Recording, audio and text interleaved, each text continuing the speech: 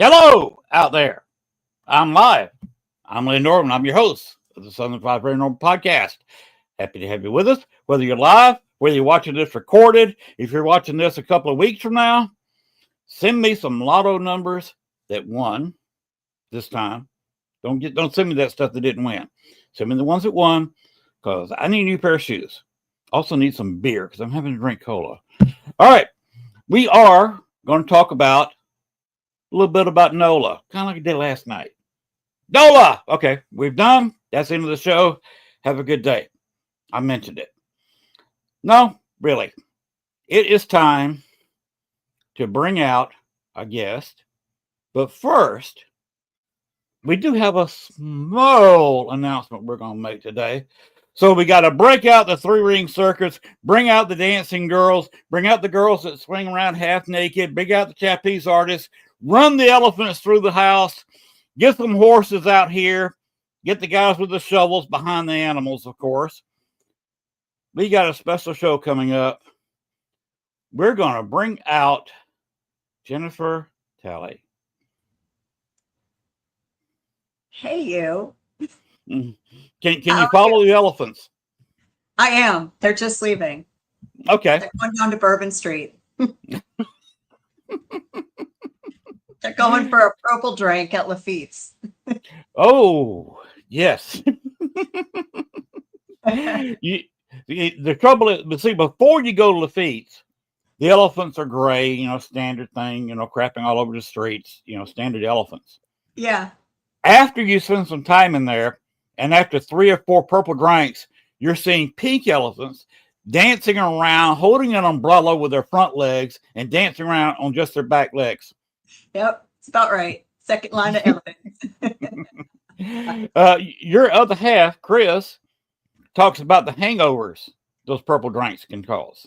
That's what I hear. Oh, you've never had one? I did. I am not a frozen drink girl. Oh, okay. What do you like to drink?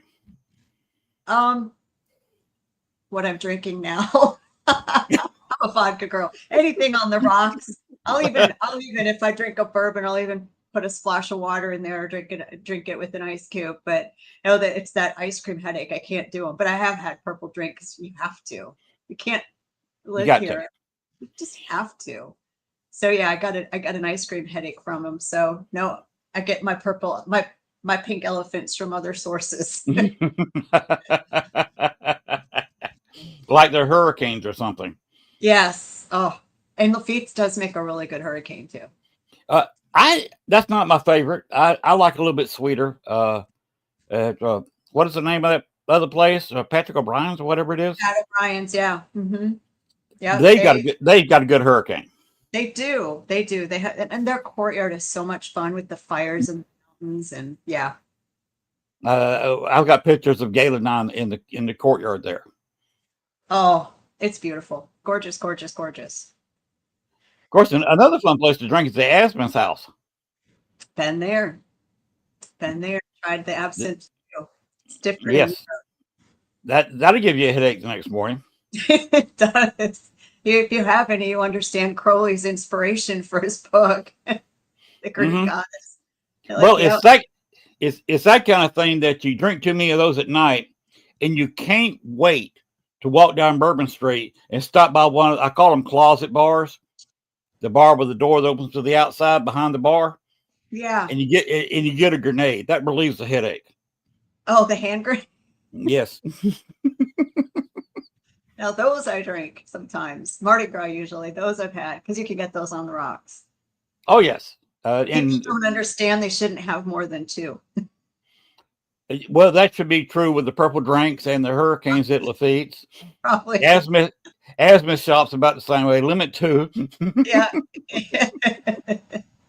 Should be one of the rules on Bourbon Street. Limit 2. Limit 2. Yeah. No one listens. Anyway. Yeah. First thing I'd like to hit is Sean will go ahead and throw up the first photo of the lady in black. That one right there. I believe that's a familiar looking ad. It is. It is.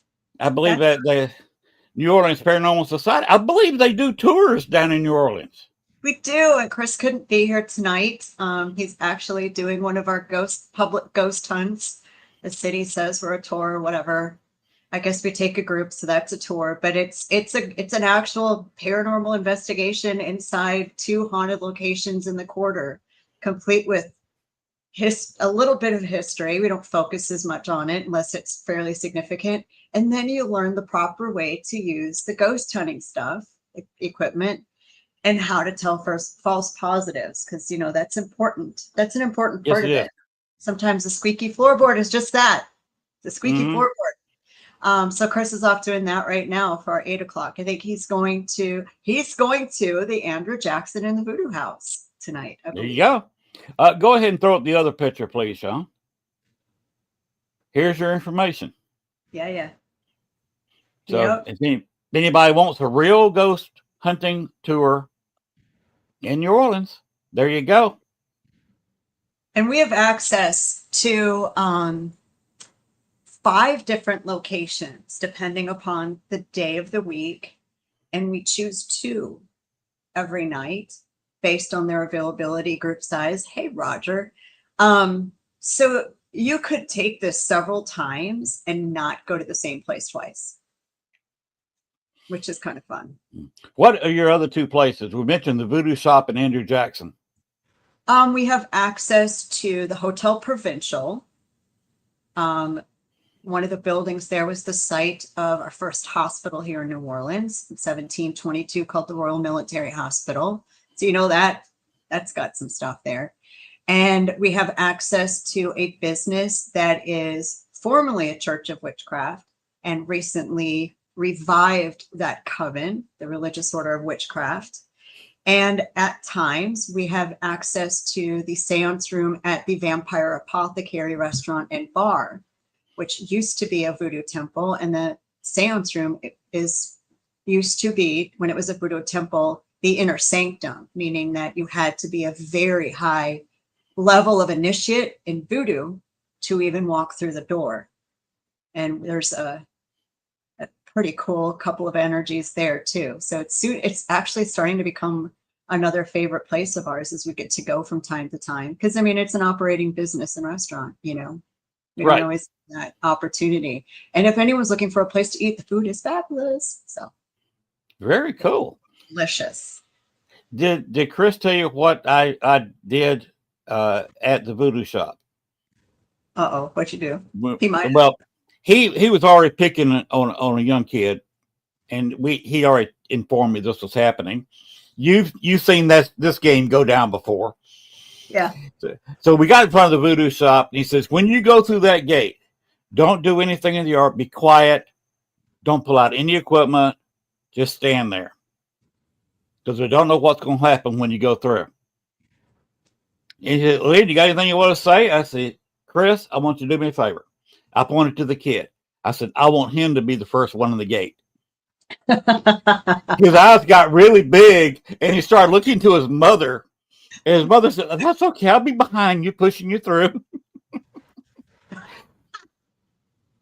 And then Andrew Jackson, he heard the name Toby and went to Chris and said, what does this name mean anything? Because I heard it 3 or 4 times.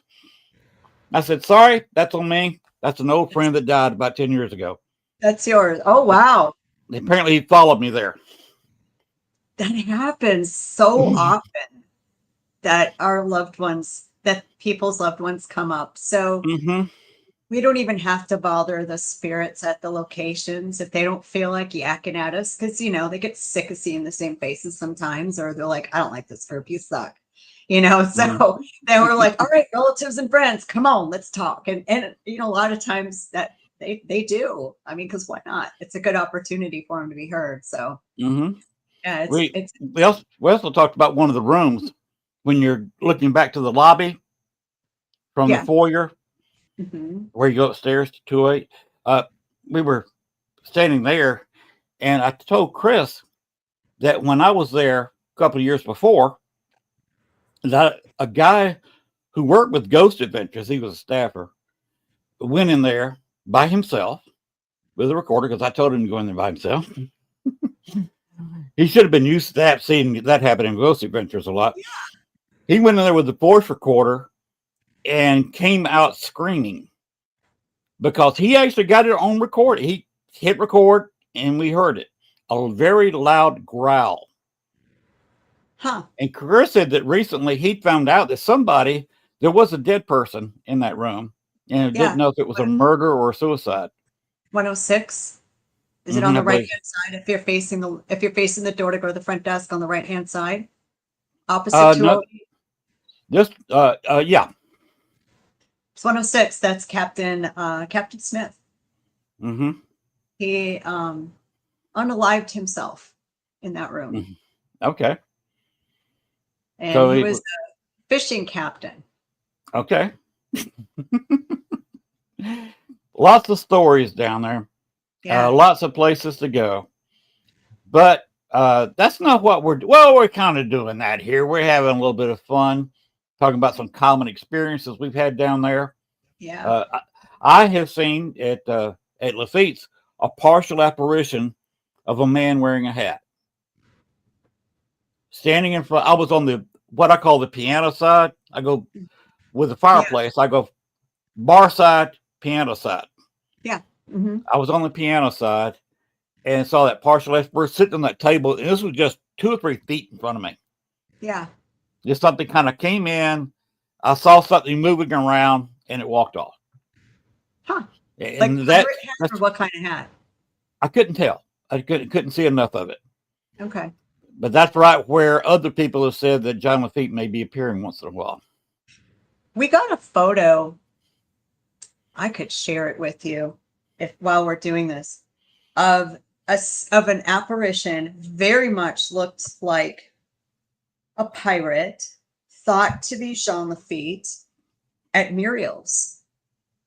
Muriel's of all places. Yep.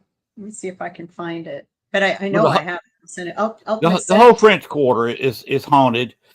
I was explaining on the show last night that psychics have told me that New Orleans is kind of a crossroads. of the paranormal. It's kind of like the Atlanta Fulton County Airport is for the entire Southeast. If you fly to Montgomery, you fly to Birmingham, you fly to Jacksonville, Savannah, Columbus, you got to go to Atlanta first.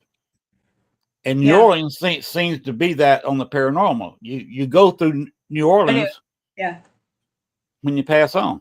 You find it? Yeah, I'm sending it. Yep, just send it to you on Messenger. That's standing at the ghost table. You know, I've often felt in the Andrew Jackson that it's a portal. And I'll say this because before we started going in that closet area that we're able to now, we just stayed in the courtyard. And one part of the courtyard just always felt heavier than the other. And one side of the courtyard, we always got more evidence than the other. And before I knew I had abilities or any of that stuff, you know, using equipment, I got over one of our apps. It said Parker liver. We missed it. I'm getting goosebumps now. My dad's best friend, his name was Jimmy Parker, had passed away less than a year before that happened. Now, I'm not from New Orleans, and I think I was about 8 years old since the last time he saw me. So there's no way he really would know I was here, right? And so I called my mom. I said, hey, how did Parker die? Can you check it out? Because his family was still in our hometown up north. And she called me back a couple of days later, and she said, he died of liver cancer. And I said, really? Was it fast? She said, Jen, he was in the hospital and dead within 3 weeks. Really? Yeah. And I thought to myself, I haven't seen you since I was 8. I'm 50 years old, whatever I was at the time. Who told you I was here? Do you know what I mean? So really, I mean, that was just early on and just doing ghost tours and a little bit of the hunt.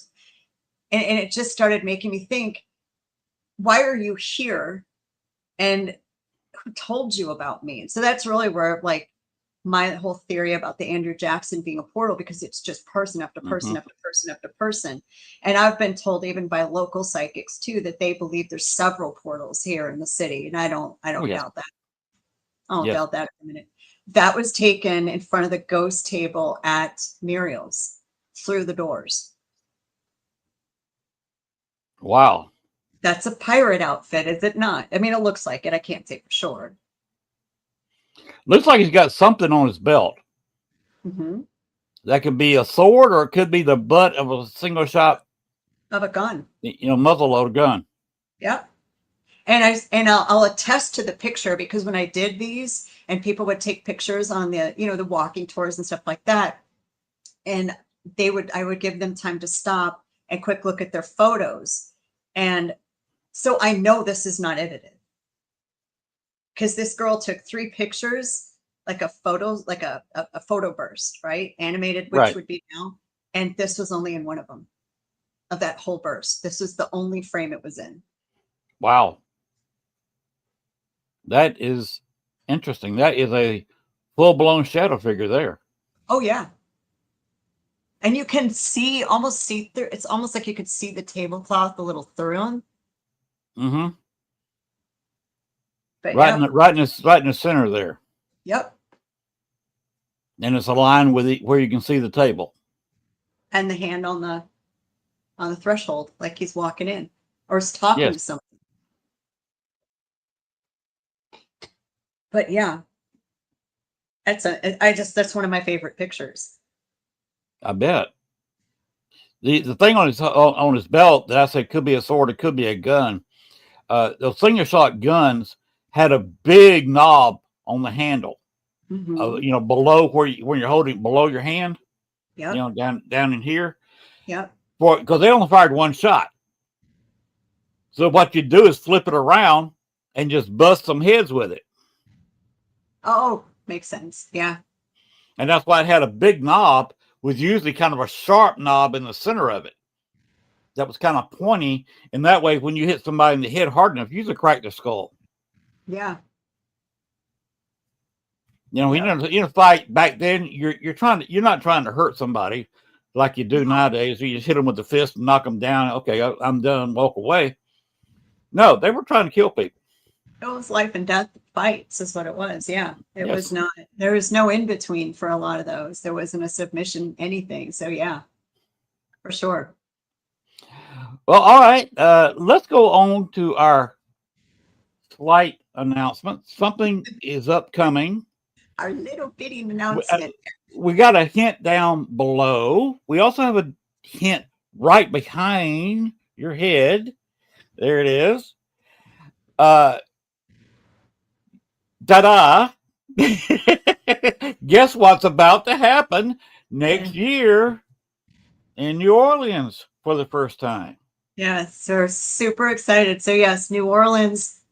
Hey Gwen, our first ever Paracon in New Orleans, July 31st through August 2nd, 2026 at the Crown Plaza in New Orleans. So it's the edge of the French Quarter. We're beyond excited. And you know, Len, we have been working on this for a while.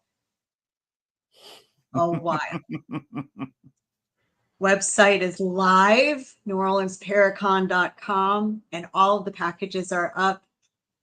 And our hope is that this is, Chris always says preeminent, and I hope for that.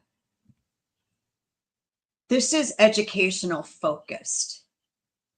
This is not only can you meet and greet your favorite celebrities, but this is let's learn something, right? We found over time on the ghost hunts that we've done, we did a Graveyard Fest last October with Dalen Sprout of Ghost Brothers. Love him. He's a fabulous guy, super fun to work with. What you see is what you get with him. And we found with his group the need for knowledge. It was like a parched thirst for an outlet for the right way to do things. Develop my psychic abilities. Do I have any? How do I protect myself? Oh my gosh, I'm supposed to clear off after investigation. Well, how do I do that? It was just over and over. And we thought, even in my search, when I found out I had some abilities in New Orleans, think about it. I'm living in the quarter, right? It took me 3 years to find somebody to help me. Just think about that. Nobody wanted to help me. Nobody wanted to be a mentor. Nobody wanted to be a teacher until I found one person, two people, actually, Sam and Brick of Hands of Fate. And I'm forever grateful to them for helping me. And so to have now an outlet of actual mentors and courses and people for people to go to and learn the right way to do things, it's so important to us. And we also wanted to focus on, let's make this affordable. We have one package that you can just pick a la carte. 2 people in a king room in the Crown Plaza for 3 days and 2 nights starts at $300. And that gets you into all the free classes and the vendor area. And then you can just pick the classes a la carte as you want. You can add on a ghost hunt or a special event as you want. And we've enabled, and it will be up probably in about a week, you get to use Afterpay. So you don't have to put this on a credit card. You could spread your payments out and interest-free in a certain amount. You could pay over months. So we really, really, really wanted to focus on trying to make this as accessible and affordable to as many people as we can. And our lineup, I see some of our people is here. Hi, LTB. And I think Ron Yacovetti will be watching at some point tonight too. He's also on the lineup. So we're super excited. Roger. So you want to talk about the headliners? Let's do it. Let's do it. So if I tell you, we have the godfather of the paranormal and haunted things. Who am I talking about? What's the first person that comes to mind? Well, it actually, I cheated on this question because Well, wait, people. wait, wait. Let's time out. Let's see if anyone gets it. Let's see Well, if anyone gets it. I'll give them another hint. Okay. Anybody who has watched my podcast and saw my birthday show on July 3rd, he was. I had 10 people in the StreamYard. He was one of them. Yep. He Oh. actually attended my birthday party on StreamYard.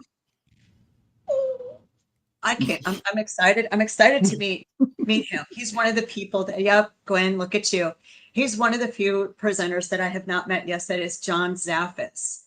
He is the nephew of Ed and Lorraine Warren and the Haunted Collector.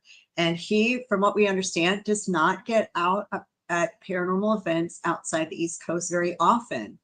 So coming here, I mean, wow, we're so excited. Now, linked to him, we also have, for the first time ever, all 4 members of the Warren Society will be here. We will have Joe Frankie, Bill Slevins, Father Ken Torres, Father Bob Bailey. All 4, the first time all 4 have ever been in one venue ever. They've never done a Paracon where all 4 are going to be there. So super excited. And they're going to talk about all their experiences. John is actually going to be speaking with them in free classes. There will be a free class. So right now at 5:00, both nights, Saturday and Sunday, that's a general Q&A with him and the Warren Society, just for everybody to be able to get access to him. So super excited. We have the wonderful, bright white, beautiful Patty Negri coming, the White Witch. I've met her before, and she's also someone that, if you've ever seen her on a show and how sweet she is, and just that gentle, sweet energy, that's her. Like, that's what you get with her. Is she like that in person? She is. There is no difference. She is just a beautiful woman, and I'm excited for her to come. And then someone that's also one of our featured speakers, and I've never seen this at a Paracon before, doesn't mean it's not happened, okay? I don't want anyone to think that it's never been done. I have no idea. One of my really good friends, she's from Canada. She's a pet psychic. Her name is Angel Morgan, and she is going to come teach us how to communicate with our pets. Very cool. And do animal spirits and do pet readings. And I'm trying to put together a special event for Sunday for her, where if you have a pet, you can come have her help read. And LTV, she's going to be talking. Latriana Terry Brown, she's going to be talking as well. Parapsychology, Sam Balatrus, he's going to be teaching a few classes. Ron Iacovetti and Lourdes Gonzalez, if you've not heard of them, go look them up. I think they call it the digital seance experience. They have a device, and it would be classified, I suppose, as an ITC device that does not transmit or receive any signals.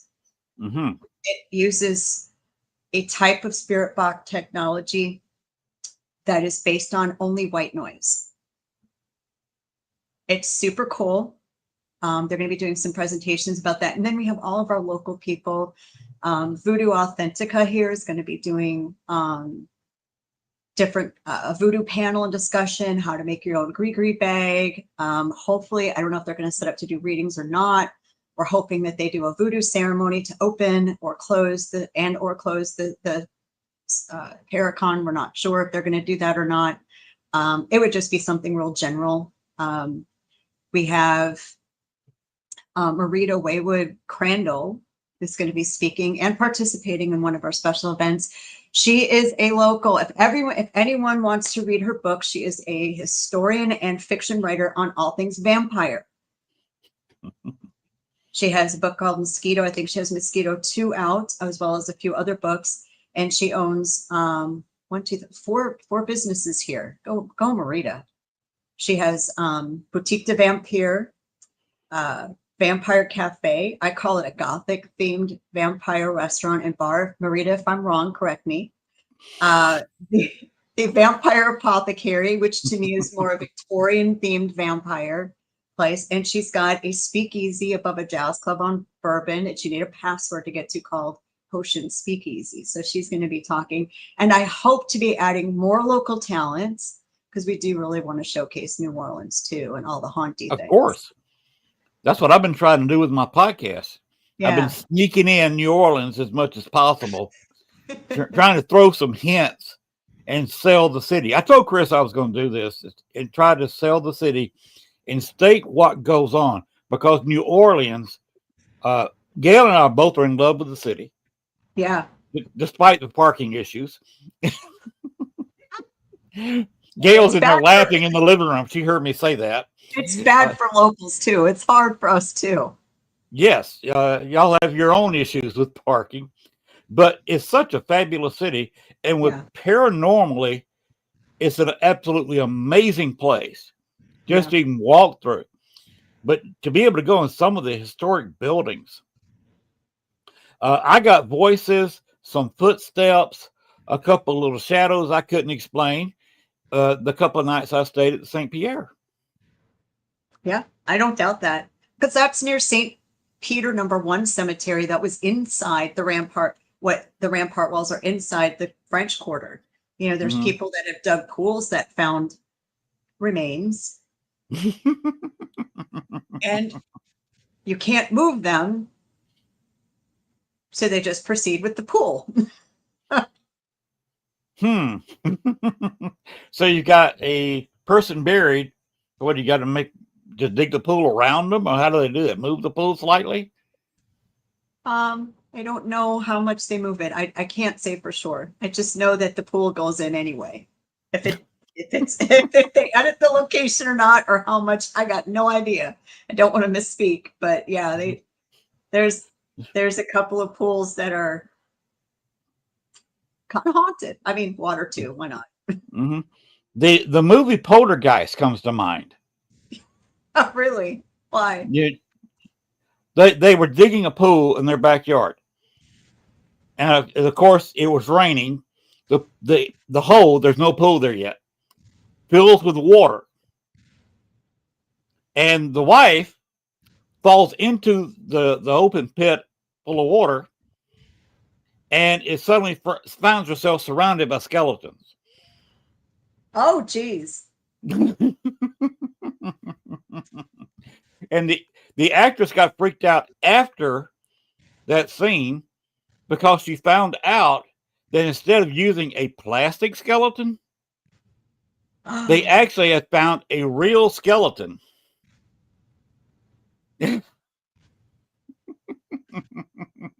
And use that. Oh, dear. Yes, and she found out about that later and creeped out, because they had a really close scene. The skeleton had its kind of arms all over her, and they were face to lack of face, I guess. Oh my gosh. And she was thinking it was a piece of plastic. No, that was a real skull. Oh my gosh. Oh, no. That had to freak her out. I mean, it's Yes, so it funny. It probably wouldn't have freaked me out, honestly. It would freak me out jumping into a pool knowing a body's buried right next to it. Really? I would be nervous swimming at night, and I'm a notorious person. If I got a pool in the backyard or I'm visiting somebody, of jumping in the pool.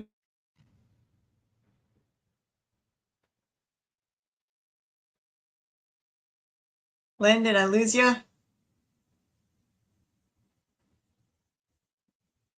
I think Len froze up a little bit.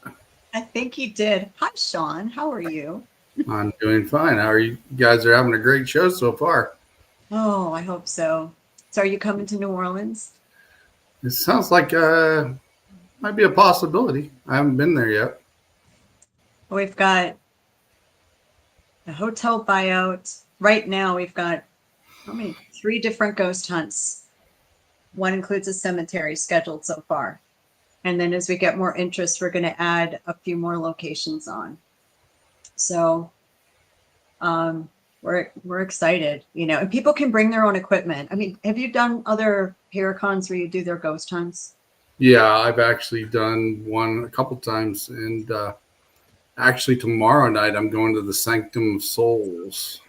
Oh, where's that? I'm going in with Eternal Paranormal, and it's up on the Quad City, up on the other side of the Quad Cities area. So I'll be going there. It's an old church. And I'll also go be visiting Annabelle tomorrow afternoon too at the Rock Island Roadhouse. Oh, tell Ryan we say hello. Father Bob's going to be at the Paracon. I hope people. So we've heard of some Paracons let you bring your equipment on their ghost hunts, and some don't. Yeah. Have you found that? Yeah, some do, some don't. It just varies.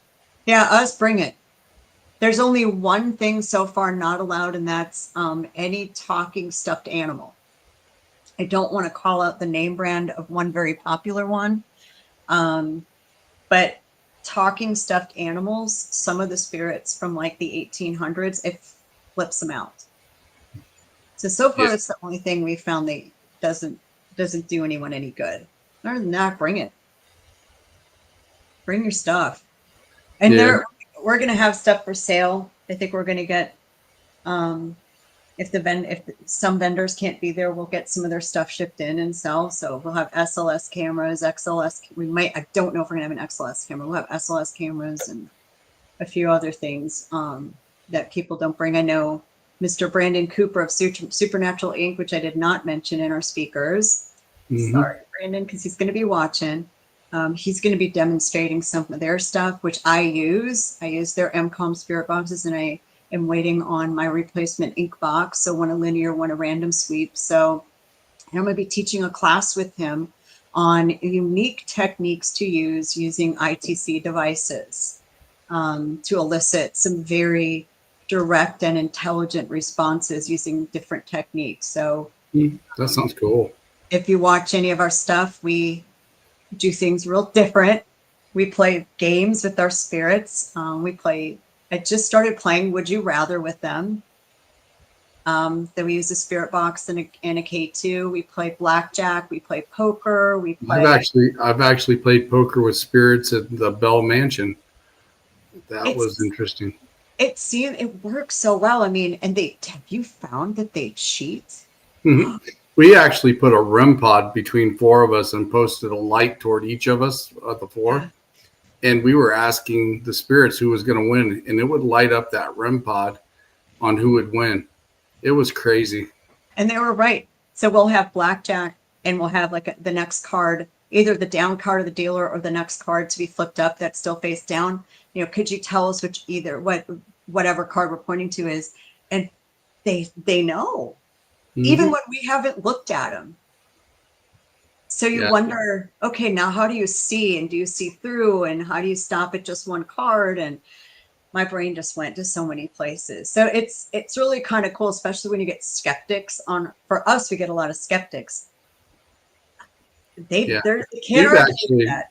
We've actually used little mini Tesla coils, and it almost sounds like they're talking like on Charlie Brown, where you can hear the syllables. If you listen close enough, they can actually talk over that Tesla when it sparks and arcs.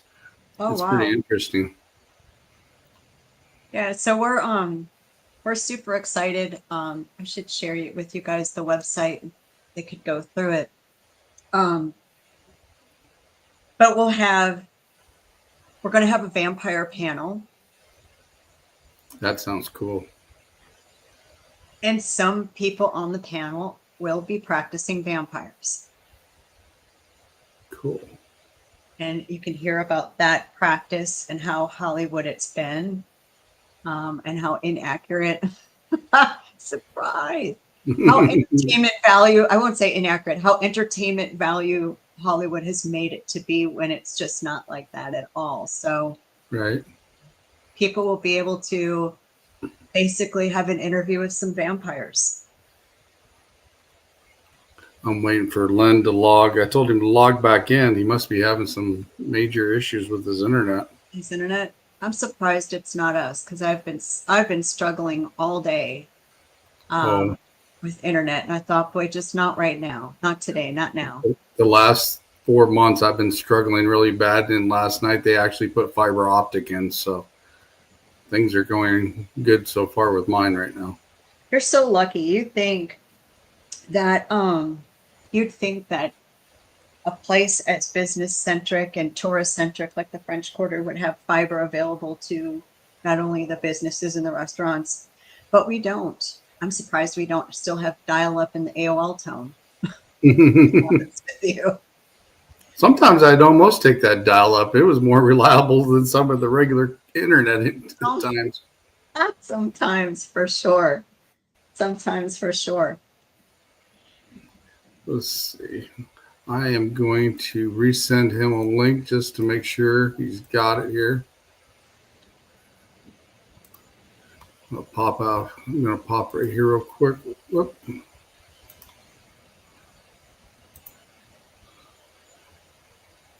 Is it going to work? Is it going to work? We need the Jeopardy music. On my page, on my StreamYard, I actually got that. Seriously, we need some spooky Jeopardy music going on to see if one's going to be able to log back in. Yeah. The ghosts don't want us talking about it.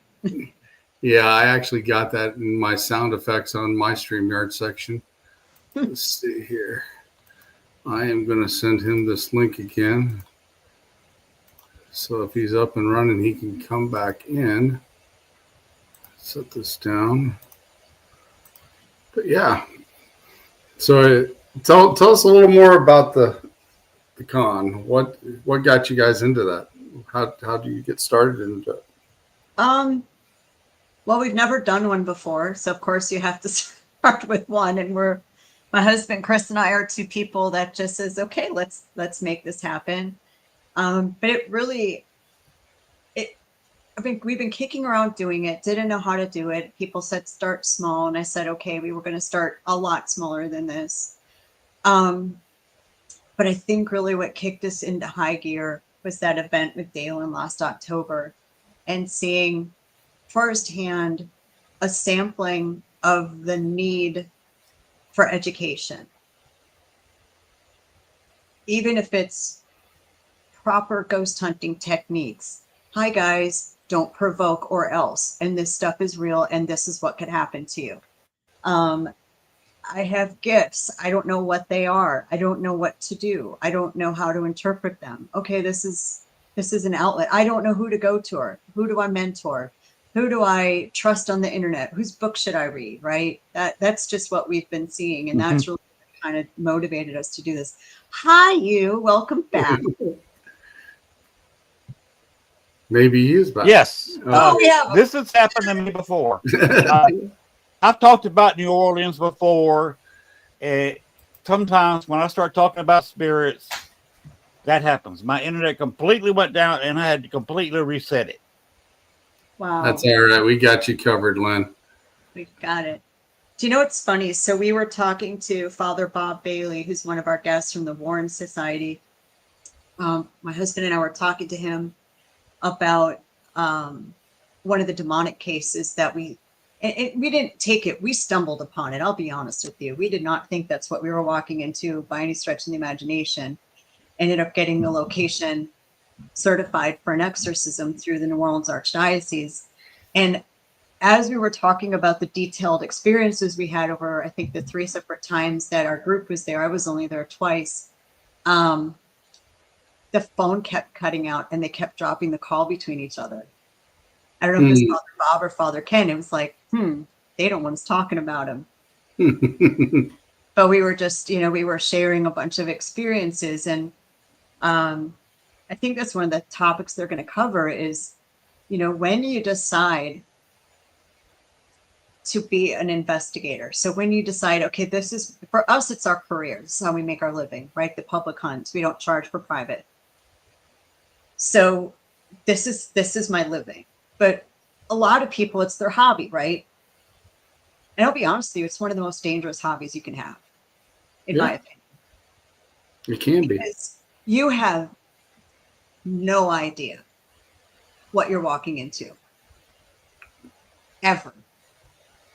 Never. I could go to some of our other locations that we go to every night and I could still tell you there's something new there. And that's something that I think people need to learn is, you know, we ask them, well, what's your cleansing ritual before and after? What's your protection ritual before? What's your cleansing ritual after? And I get deer in headlights sometimes. I thought, but you have to do this. Mm-hmm. You choose to do this. You need to do it all. So and I know that's some of the things that they're going to cover, and we're going to help cover as well. Is, you know, we can't stop you from choosing this as a hobby. There's no idea. There's no way we can. We can't tell you no, don't do this, especially because we do it, right? But at the very least, we can give you some techniques and advice on how to keep yourself a little bit safer when you do it, and recognize when you're around something that isn't quite what you think. You know, kind of like happened to us at two of the private cases we took early on in our career when we were gung-ho, we're going to catch this evidence, on that phase of investigating. And now we're not, because those two knocked us into reality pretty quick about the stuff you can encounter. So hopefully people will at least learn from our mistakes. You know, I'm happy to tell everybody any mistake I've ever made on these, for sure. So hopefully that's something that people can take from this as well. You know, if you're going to do it, by God, this is how you can keep yourself as safe and protected and as possible. And if you're not, because you can't really protect yourself from everything, I've had to have what I call shamanic clearing by one of our friends done at least twice. Mm-hmm.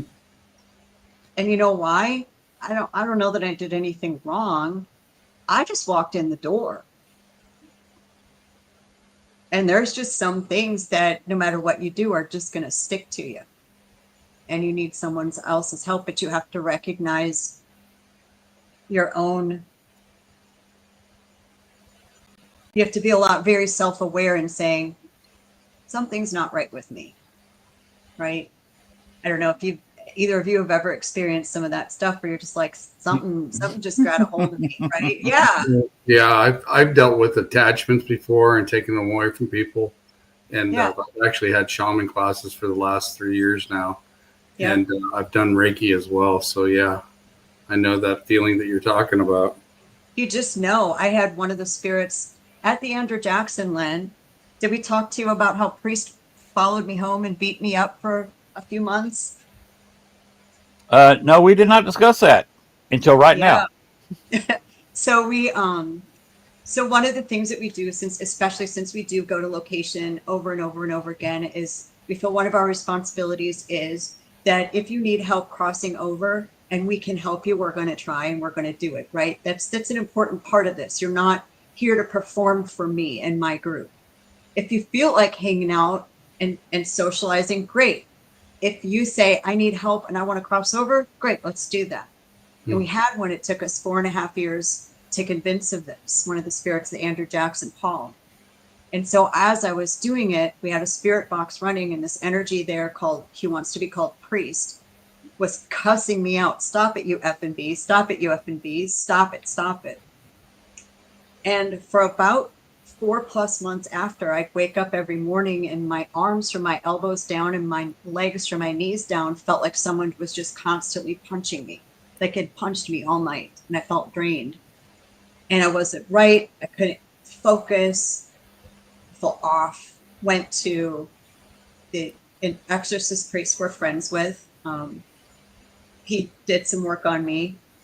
Went to a voodoo priest, Papa Czar, who works at Voodoo Authentica. He's going to be at the Paracon. He gave me some things to do, and it just is almost like there's just one thing missing. So finally I did meditation and I could see what was doing it to me. And he disappeared during meditation, and I got this real hard electric shock in my arms. And I'm like, well, that's what you're doing to me every night. I'm just asleep. And so finally, I think since I kind of identified who it was, and that was where it was like, okay, no, you're not allowed to come here. You need to go because I've got more people to call if you don't stop. And then he just does not like me because I crossed that spirit over. And I always tell him, I tell you I'm sorry, but I'm not. I tell you I wouldn't do it again, but I will. I'm going to be here, so we're going to have to figure out how to play nice in the sandbox. Mm-hmm. This isn't, I'm not going anywhere. So, no matter what you do, stuff can follow you home, right? Yep, it can. It definitely can. Yep. You remember I was in Chicago for 14 years. I got followed home several times. In my intro, you saw the spirit from Bachelor's Grove, the child. She followed me home. And that was interesting since I had no experience with children. And there I have somebody that died at 11 months and 4 days old roaming around the house. Oh, wow. We generally also don't got followed home by I got followed home by a prostitute once. Also in the intro, it shows the Irish Legend. That used to be a whorehouse in Speakeasy run by Frank Capone. And I had a little bit of overzealous prostitute follow me. We were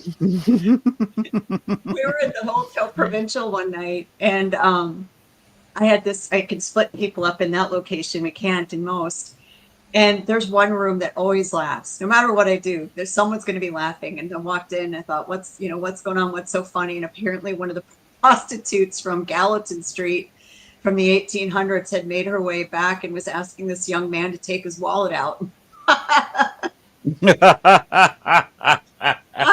Show me the money. I know. All I could sit back and think was, got to applaud the work ethic, my dear. And what's going to happen next? Like, how's it going to play out? I'm just going to sit back and watch because I don't know what's going to happen next. So, here's Ken Torres. Hello, Father Ken. Nice to see you. He's going to be one of our speakers. He's listening too. Yeah. We were lucky enough to be invited to be a part of his nautical nightmares in San Francisco. We met him and Father Bob and Joe Franken. Man, we had a fun time. We got to spend the night on the USS Hornet, which was it was pretty intense. That's the aircraft carrier, correct? That is. And we played blackjack there too with Father Bob and got some real fun results. Chris was playing Great Balls of Fire and some Elvis songs, and you saw spirits dancing to it. So yeah, we had a wonderful time with those guys. And Sam Baltrusis was there with his friend Heidi, I hope I think that's right. So yeah, that was a good time. Sam Baltrusis is a great guy. I look forward to talking to him again. I had been looking forward to meeting him. He had invited me to a Paracon on the East Coast a couple of years ago when I was on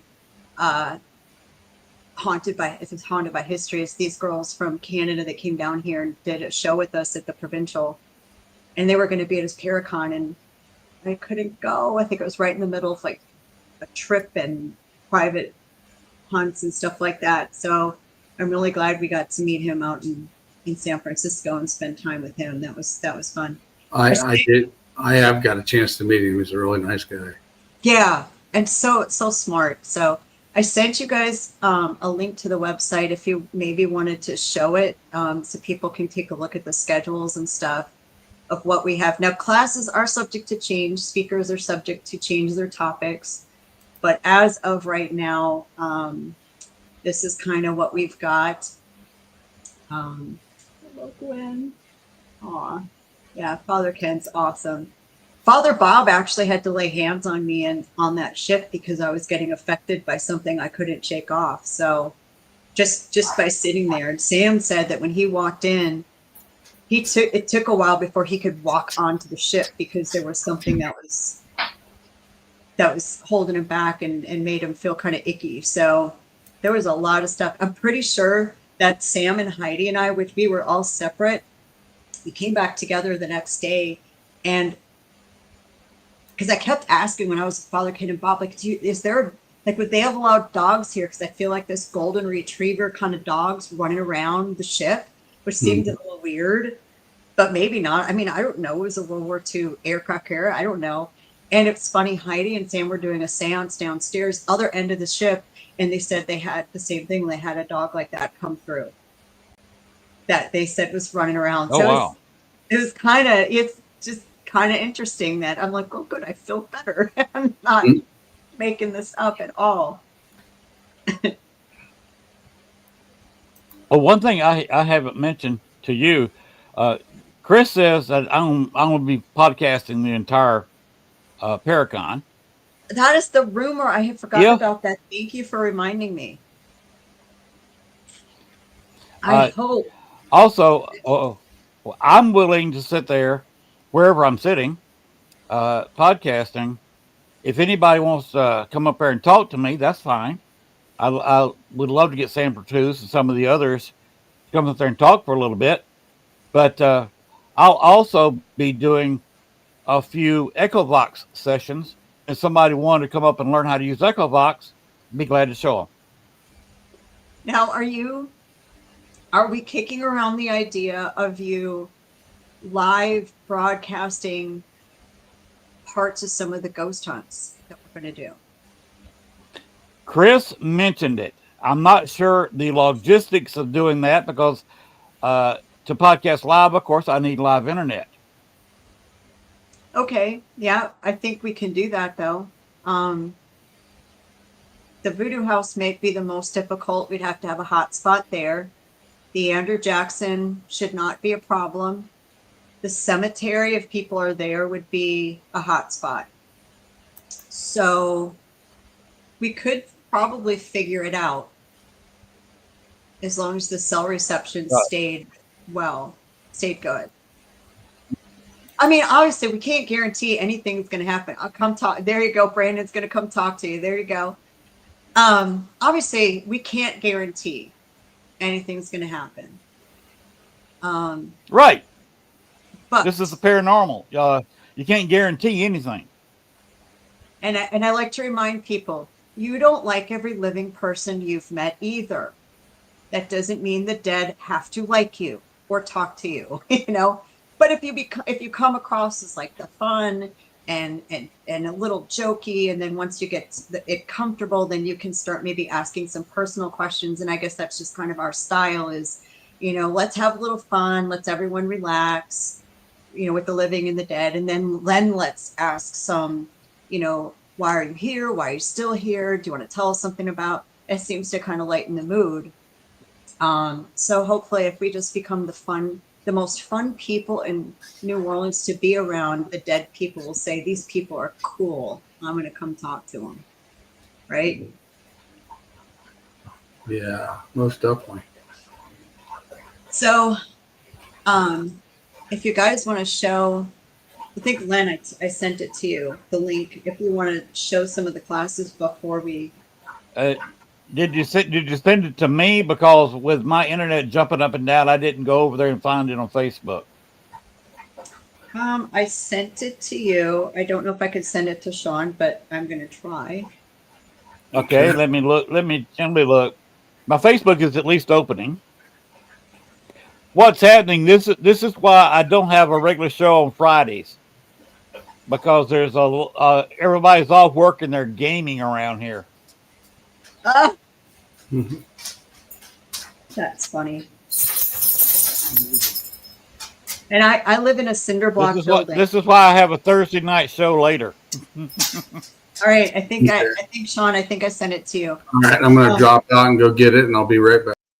I live so Okay. the building we live in the French Quarter is cinder block, right? So it's not much square footage, and I still have problems from my end to my place to another keeping internet. So I totally get it. But again, so for everybody that's joined Okay. or just joined, New Orleans Paracon 2026, July 31st through August 2nd, Crown Plaza, the edge of the French Quarter in New Orleans. Friday night is a VIP meet and greet with vendors and our guest speakers and the 2 top packages. There'll be a balcony overlooking Bourbon Street. We're going to try to get some beads for y'all to throw. There's going to be an hour early access to the vendor area. You know, something I've heard from some people that have attended these events is that, and again, not everyone, that sometimes the speakers don't get to walk around and see the vendors. And so we thought, what a great idea to open them up the day before the show opens, an hour before our reception, for the speakers to not have to man their booths. They can go look at the vendors. The 2 top packages go look at the vendors, and then for an hour, and then everyone go meet each other. So we're going to do that for everybody. And this balcony is, I think, one of the largest in the French Quarter. So it's going to be amazing. Then we'll start Saturday at 9 a.m. 9 to 10 is just the vendor area. There won't be any classes. Just let everyone visit vendors and speakers. And then 10 to 5 solid, we'll have free classes and paid classes for everybody every day. So there'll be an opportunity to pay for that.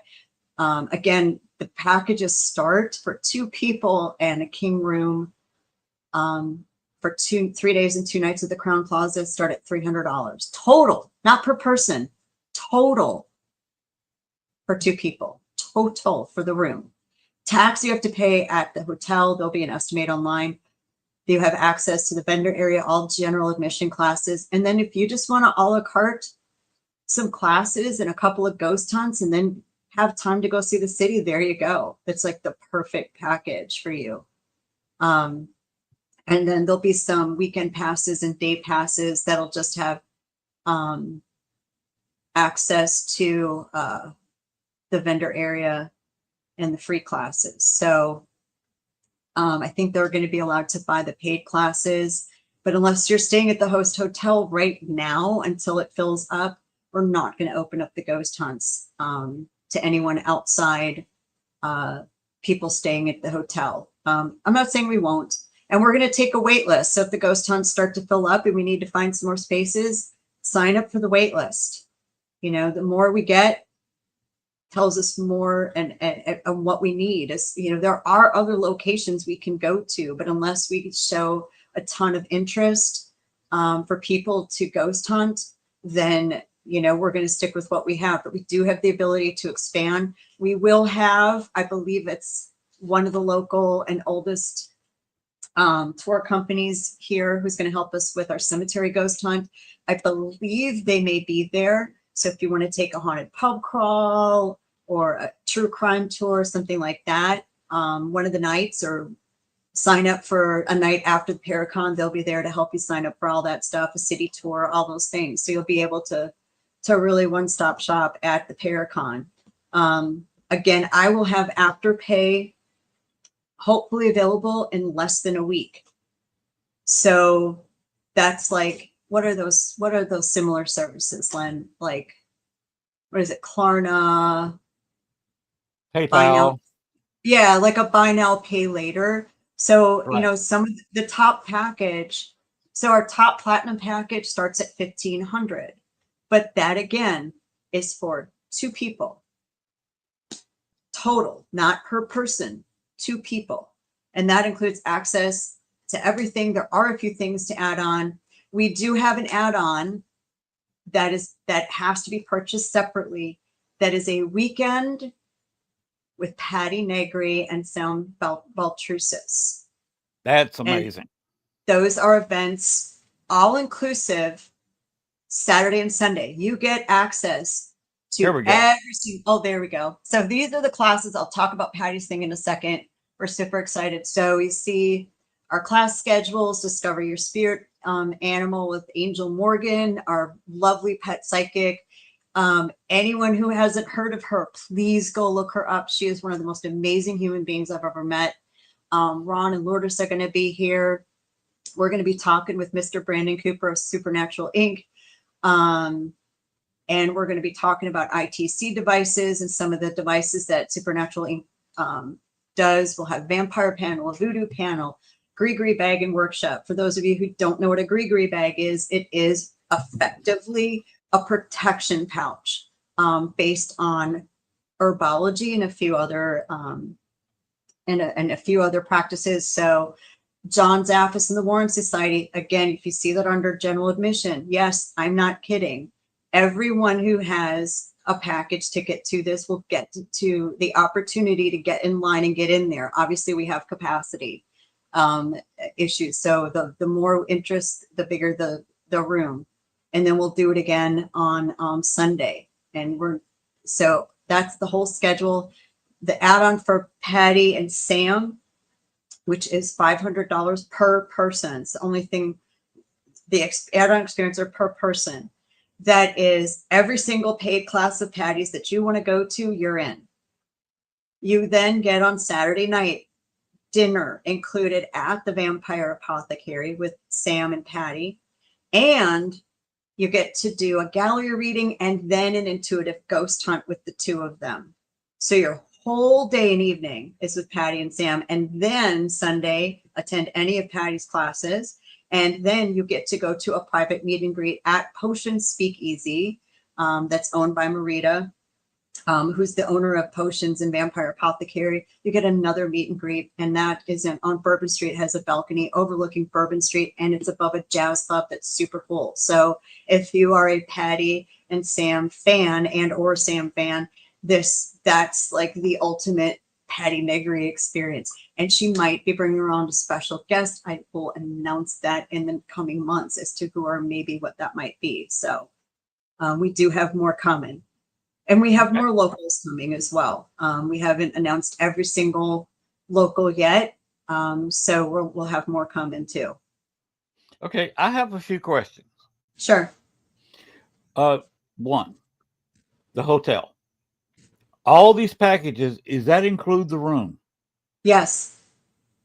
All And three packages that is not a general admission or a weekend pass include the room for two people.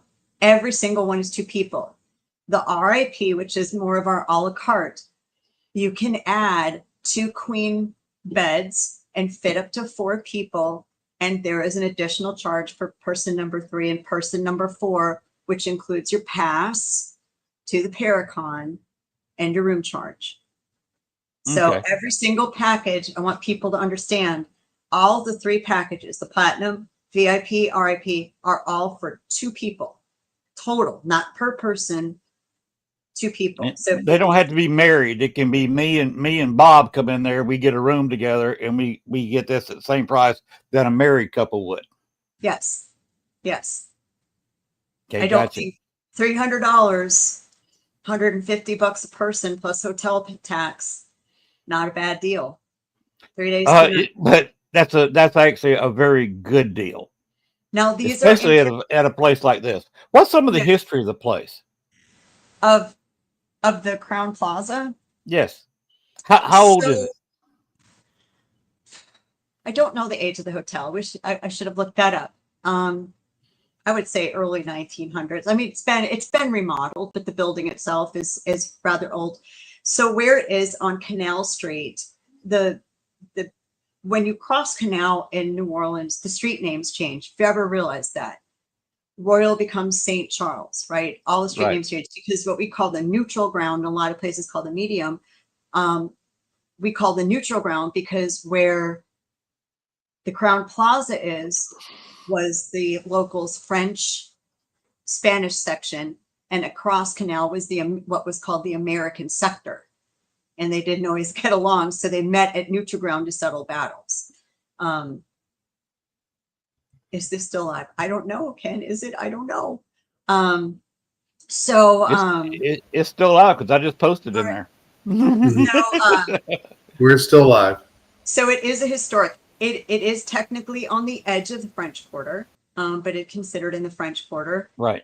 And it has Isn't there a streetcar or a trolley that goes up and down Canal Street? Yes, there is a streetcar. So I encourage people that if you don't need to bring a car, to not. There's only one package that includes parking, and parking can be expensive, but we do have some affordable options if someone wants to reach out and find out they have to bring a car. I understand vendors may need to bring a vehicle, so we can work around that. You can also ship stuff to the hotel. But New Orleans, it's made to walk. Yes. It is Very made much to so. walk. Most of the events, I know it's going to be a little warm, but most of the events going to be inside. There's a restaurant that's attached to the hotel called Bourbon House. There's some people know it as Crystal Burgers. It's called Crystal Tavern here because they have alcoholic beverages, because of course they do. And there's another restaurant across the street called Redfish Grill. There's one on Canal. There's fried chicken shops, and there's plenty of food to eat around the area. And the only time you're really going to get out is at night to go to the events, to the ghost hunts. So, and they're within 7 or 8 French Quarter blocks. And Len, the blocks are short. They're not a true residential block. Right. Right. So what I would call, what here would be called 10 blocks would be it's somewhere else a half a mile. Mm-hmm. Just to kind of give people an understanding of the walkability.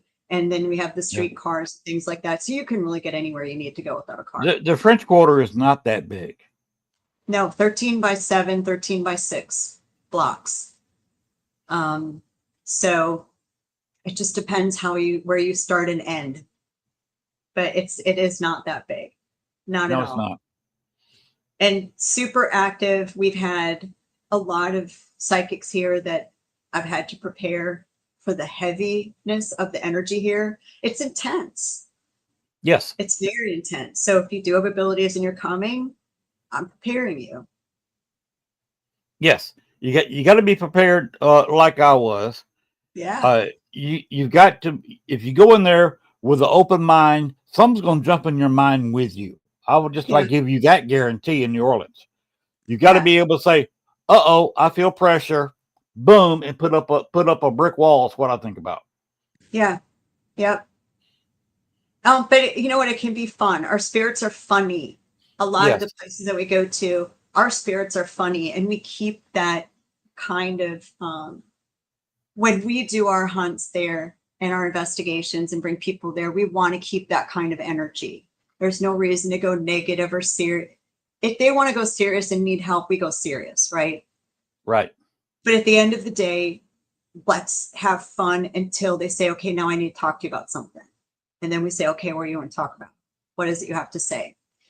But if we keep the energy light, then it stays light, right? And that's so this is more of the lighter side. You're going to learn some different techniques, especially because we're very odd in what we do, but it works. So why not? Yeah, there's Brandon offering cleansing. That can be important. That's not a minor thing, Brandon. No, I might need it by the end of the week. I might. Now, let me ask you this. You said the other tour group will be helping you out and may be available, on Friday night, or somebody want to stay over to Monday? So we are working with partnering with one of the local tour companies that offers more than what we just do, because we really just do the one thing, the ghost hunts, right? We could do a walking tour and all other stuff, but why? Everyone does that. And we're trying to partner with one in particular, and we're hoping to have them have a booth where people can book any of their tours, which is like a haunted pub crawl, a traditional walking tour with stories, maybe a true crime and vampire. We might have another company there if you want daytime tours outside the Paracon days that you want to do, like a city bus tour and have someone run you around, stop at Cafe Du Monde, stop at St. Louis number 3, do something like that. We'll have some museums there. The Storyville Museum is one we're going to try to work with, which is a museum dedicated to the legal red light district we had here in the early 1900s, and the the significance of New Orleans in gambling that we have, because most of the gambling that people do in casinos started here. So that's why the Superdome has the new name like that. Yes, Caesars. Well, what a lot of people don't know is that because of our proximity to the Mississippi, you think, oh, tell me where you think poker started. I have no clue. Here. On riverboats, I'm thinking maybe. No, it was here. So the French, And when we were spread on the riverboats. Yeah. right, the French brought us roulette. The Spanish actually are who brought us what we call poker now. It was a 5-card game called Polka. And then it did spread up the Mississippi, probably through river boats and other things, and then out to the west from here. And then craps, the game of craps was invented here. It's actually based on a dice game that Bernard de Marigny learned in England when he was studying business. He changed a bunch of the rules. I was saying clearly added a lot. Have you ever seen a craps table? And taught people how to play here. But he thought he changed the rules so he could take his friend's money and ended up gambling his family's fortune away. So one of the original craps tables from Bernard de Marigny is in the Storyville Museum. So craps was invented here. So we were Sin City gambling was before Vegas was ever the glimmer in a gangster's eye, right? There you go. So, I mean, we're just so much significance here to these things. And then, you come with that, you then comes with brothels, and then comes with partying, and then comes with all these other things that end up in sometimes ghosts being made, and Yes. Oh, a lot of people passed away in New Orleans. New Orleans has been there for a long time. You had the mosquito-borne diseases and all of the other stuff that people having crowded conditions, especially when you're as close to water as New Orleans is. yeah, The swamps and mosquitoes. You have a lot of people pass away. yeah. There's a lot of dead folks in New Orleans. There is, and even though we were officially founded in 1718, which is just meant when the streets were laid out, the French settlers landed here in 1699, and one brother stayed here. Bienville and Iberville went back to France. Well, Bienville was supposed to receive supply shipments from France. Never got there. 18 years of on his own. They never got here. And so it was about 18 years. So, and they buried the people that had passed in what they called the back of the city. Well, as the city grew, the back became something else. And those that had passed before sometimes weren't moved. Yeah, there may be houses or businesses built on those people now. Yeah, somebody's courtyard. Somebody's swimming pool. Yeah, someone's swimming pool. Why not? Well, because the Lalaurie Mansion, that's one place people come here a lot to see. Everybody wants to see that place. It's a residence, people. The residents here will never, ever allow the zoning to be changed to become a tourist attraction, because there's walking tours out to tell the story in front as it is. And I've told them, and I think it's good because people want to hear it, right? And you can tell the accurate story. But when we launch our podcast in a couple of weeks, it's one thing I'm going to cover is the what we can actually prove about that woman.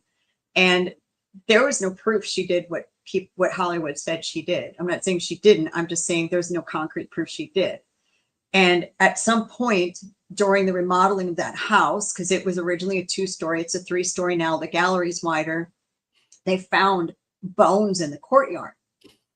But at that point, there weren't carbon dating. You couldn't even necessarily tell male from female, all those things. And so you really couldn't tell, were they a cover up from what may have been going on in that house, or had they been there because no building had been constructed on that since 1831. So think about it, 1699 to 1831.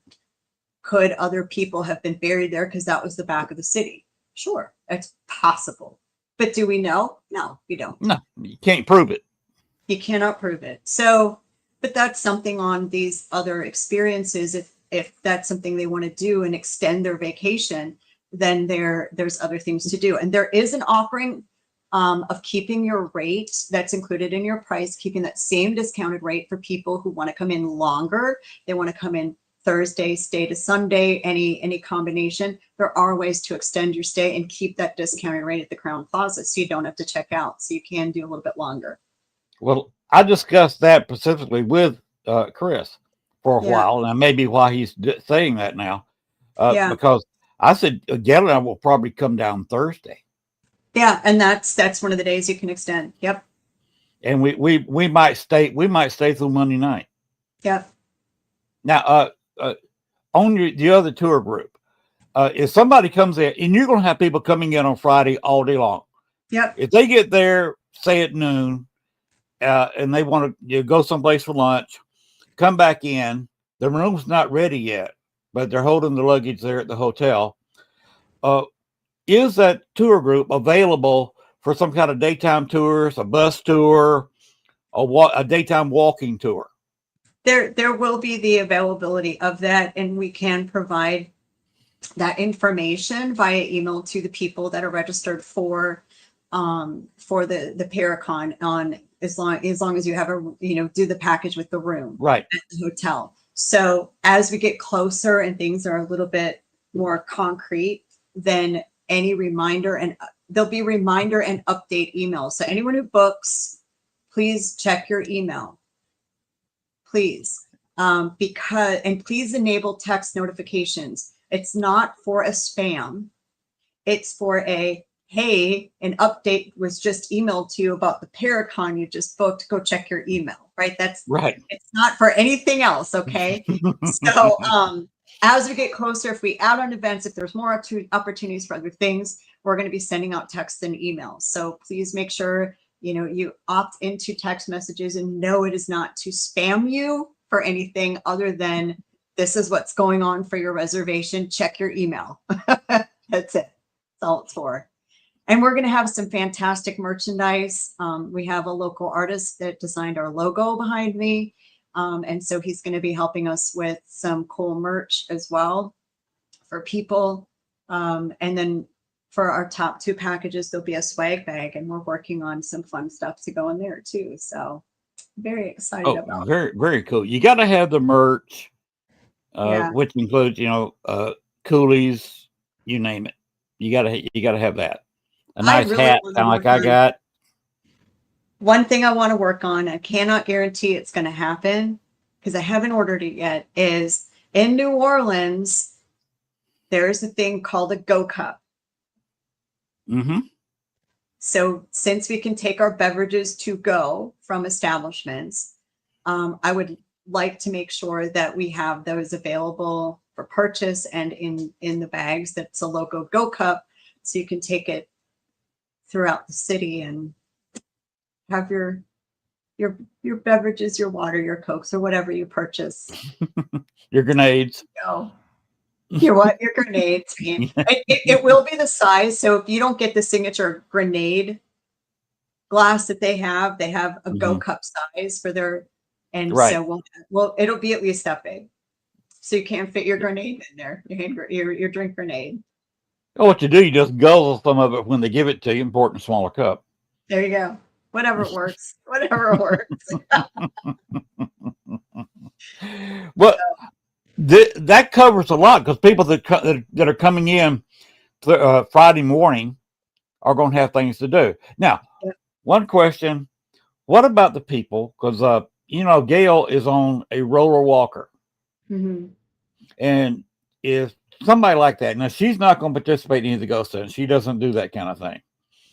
But let's say somebody is on a walker and can't walk what you and I would think would be a short distance, right, to one of the events. Is there going to be somebody there, or somebody who can contact them where they may need an Uber, a cab, or have you still got the college kids down there on the little trikes? We do. There are the bike taxis. We have not talked to any of them yet. We don't provide transportation to any of the offsite events. The entire Paracon itself has elevators. It's on one floor. So anyone with any mobility issues should not have an issue. I do want to remind people that the French Quarter is a historic neighborhood. They are not required to be ADA accessible. However, some places have made accommodations, right? The Andrew Jackson has a few stairs you'd have to go up and come down. you could still on the buyout do the ground floor rooms, the closet, etc., and have no issue. You would just have issue climbing the stairs to go to the second floor. The Voodoo House, narrow carriageway, a bump over the gate, 2 steps. That's it.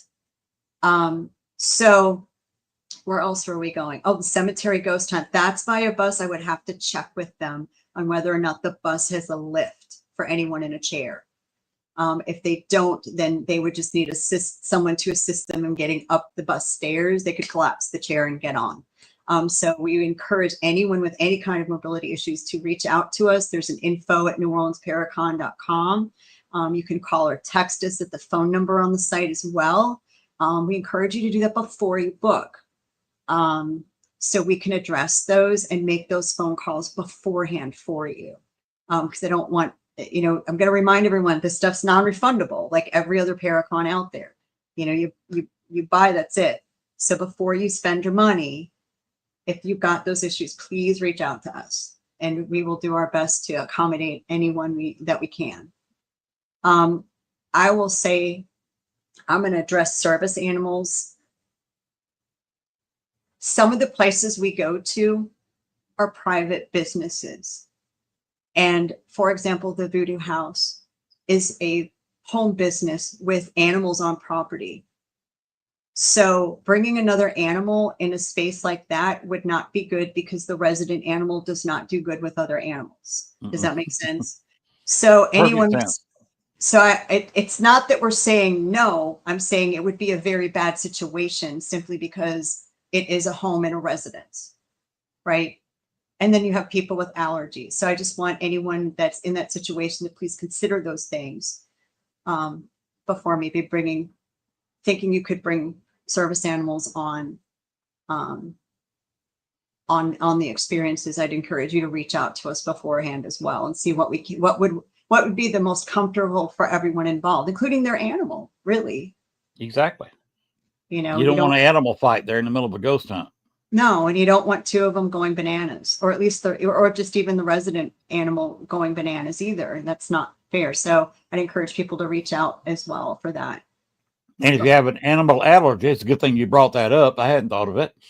You might want to take your allergy pill if you have an animal allergy before you go to the Voodoo House. Yeah. And I'll be honest, the Andrew Jackson is dog friendly. Yes, it is. I can't control that. So if someone had stayed in a room before we get there that had an animal, I won't know. It's also ghost friendly. It is ghost friendly. And sometimes they have a house cat that shows up, a living one that shows up in the courtyard. I've had some people, one lady with a cat, like a true phobia cat. I thought she was going to crawl out of her skin. So, so that's the cat is friendly. I wouldn't try to pick it up, but the cat will take a pet. Yeah. Well, if it's Andrew, most people can pick him up if he doesn't jump on his lap, and he has a tendency to jump on the people's laps that are allergic to him. Been there and done that. Yeah, it's just what he does. I can't control it. You might sit down and boom, cat lap. I can't control that. If anybody watched the movie Superman, the dog, the dog, the way Crypto did Lois Lane when she sat down. That's what that cat will do to you. You sit down. It doesn't matter if you got a ghost meter in your hand or ghost box or just a camera. You got to be careful. That cat will be in your lap. Yep. He wants to help. So there's 2. And I think they're both male orange cats. So, but they're pretty friendly. So the quarters of it's an animal. It's a dog friendly. We have colonies of cats here because of rodents. They help keep them under control. So that's the city, and that's what it is. And it's cool, but if you have allergies, it can become not as cool. So bring some medicine. And I will warn everyone, when you're walking in the quarter, anywhere in the quarter, do not step in the puddles, especially if you know it has not rained in a few days. Now we call that not the water. Not the water. I'm not going to say exactly what it is, but nobody knows. There's not a shot Don't out step there in it. that'll cure whatever it is in that, not the water, that if you step in it with an open cut, it's no. I don't care if you're up to snuff on tetanus. No, You still need to go to the hospital. you might. You might. You might grow an extra toe. I don't know. Yeah, Don't step in the puddles. that's why I say do not step in the water puddles anywhere in the quarter. No puddles. Watch where you're stepping. Watch your back, and for God's sake, do not bet the locals on where your shoes are.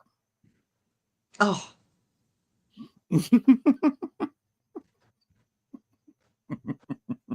This is true. That is a Do you want to know what local should scam. we tell everyone what the answer to that question is? Go ahead. The answer is I got my shoes on my feet in New Orleans, Louisiana.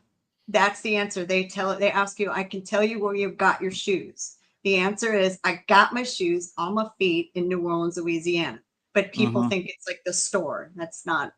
And Right. then People say Walmart or I bought Yeah. it from Nike store or whatever they got them. there's another one about how many kids some relative of yours has. How many kids your daddy has, or your daddy had. How many kids did your daddy have? I can tell you how many kids your daddy had. You want to know what the answer to that is? Go ahead. None. Mama had them.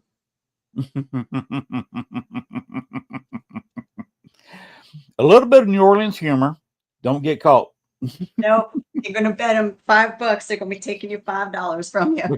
These No, guys that these guys are very good, and They they can be walking down the street and they'll make a beeline for somebody who, for some reason, known to them only, they know you've never been there before. A lot of times they come to me and Chris will be like, man, I'm local. That's all we say, man, I'm local. And then they leave us alone. That's the way to get rid of them. Yeah. I had them my first couple of visits there, but when I came with Gail, one guy the first time we were down there, and that's it. I guess they saw me enough. They're like, yeah, no, I remember this guy. You might. I haven't been approached by them in a while, but I don't walk around quite as much. I've been in front of a computer this last week. So Yes. gee, I wonder doing what. Yeah, I wonder doing what. I'm in front of a computer a lot of times too. I'm either in front of my desktop, which you can see behind me, right there. You see what I got on my desktop, or I'm in front of my laptop here. One other thing, everybody wants to know about Marie Laveau. Yeah. She was a former hairdresser. That's where she got her power from. She got If her you want to money. get on her, do what? She got her money from it. Mm-hmm. And she also picked up on all the local gossip from the haves because she was one of the best hairdressers in town in her day. Yeah. If you want to get on her good side, if you go on a tour of the cemetery where her tomb is, bring something or pull something out of your hair. She will consider that a tribute. Yeah. I've got a ponytail. Just if you got one like me, just pull the little thing out, drop it right there by her tomb. Don't mark on that daggum tomb. I'm tired of seeing all that crap. Well, post COVID, they won't let you leave stuff there anymore. They won't. No, they won't. Wow. People now leave it at the site where her home used to be, which is one of the private investigations we did. We're the only team ever allowed in there. That place was crazy pants. Imagine. Yeah, it was really interesting. So I encourage you to, if you're interested in Marie Laveau, I encourage you to attend the Voodoo panel and listen and ask them about her. You will be completely shocked at the truth versus Hollywood.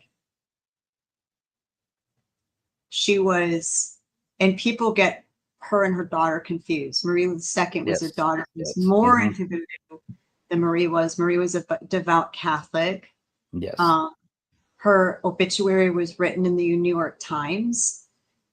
Most people don't know that. That's how beloved she is in, I don't even want to say was, she is in this city. So I encourage you to ask the voodoo people in the panel. It's one on each day, and it's free. It's a free class. Ask them about her. She's extremely important to us here. Very important. She's a very nice person. She has appeared to me before, and we have spoken. She's very kind to me. There is something about Gail may be a distant relative. Oh, I don't doubt that. Well, Gail's family is from Louisiana. Oh, really? When they were freed, they came up here to Arkansas. Because you remember, we're only an hour 20 north of the border. Oh, really? Yes. Chris knows exactly where we are. The local hotel several years ago when we first got here was sold. The sign out front changed. Chris was one of the ones that worked on the sale. Huh. So Chris has actually been where we live. Oh, yeah. Back when he was hotel sale. Yeah. That makes sense. Mm-hmm. That's it. I don't doubt that for a second. Yep. Their family came up, and this is as far as I got. Now, Gail's parents ran off. They got together and ran off to Chicago and got married. That's why I lived in Chicago for 14 years, and Gail's from Chicago. Okay. But her roots, both her parents are from here in southern Arkansas, and specifically her father's family, when the slaves were freed, came up from Louisiana. Okay. In fact, most people in this area are from Louisiana because they came up to escape either their former slave masters when slavery was ended, or a lot of the whites came up here fleeing Catholicism. Because this is a very anti-Catholic area, very Protestant. I know. I lived there. So you know what I speak of. And I'm a confirmed Catholic. And yes, I know. I lived up there. We did not tell people this. Right. So that's where this area is kind of from. So there is something about his father or her father being related. Oh, interesting. To her because his family was down there in all that mess. They were. He was down. His family was down there during her time, and of course the daughter's time. Yeah. Well, Laveau is the father's name, not her mom's. Right. Laveau is the father who is white. What was her name? Her mom's. But you catch me if I was lying. I know when Marie was alive, effective husband, only husband because they couldn't get married then, was Lapion. So mom's name would have been Laveau. I'll be honest. Traditionally, it would have been because of slavery. Most of the people that were owned in slavery were given the last name of the person that claimed ownership over them. So that's how a lot of those names came to be.